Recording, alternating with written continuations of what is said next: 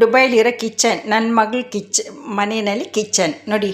ಇದು home tour, Dubai tour.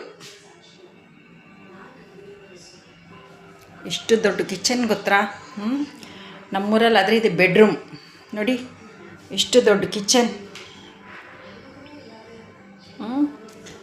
ಇದು current stove, gas ಎಲ್ಲ ಕರೆಂಟ್ ಸ್ಟವ್ ನೋಡಿ.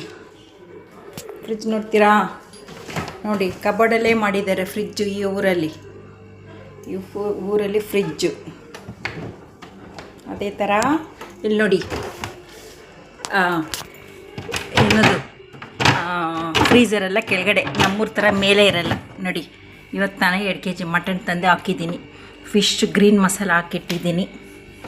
ತೋರಿಸ್ಲಾ ನೋಡಿ, ಗ್ರೀನ್ ಮಸಾಲ ಫಿಶ್ಶು ಅಷ್ಟೇ.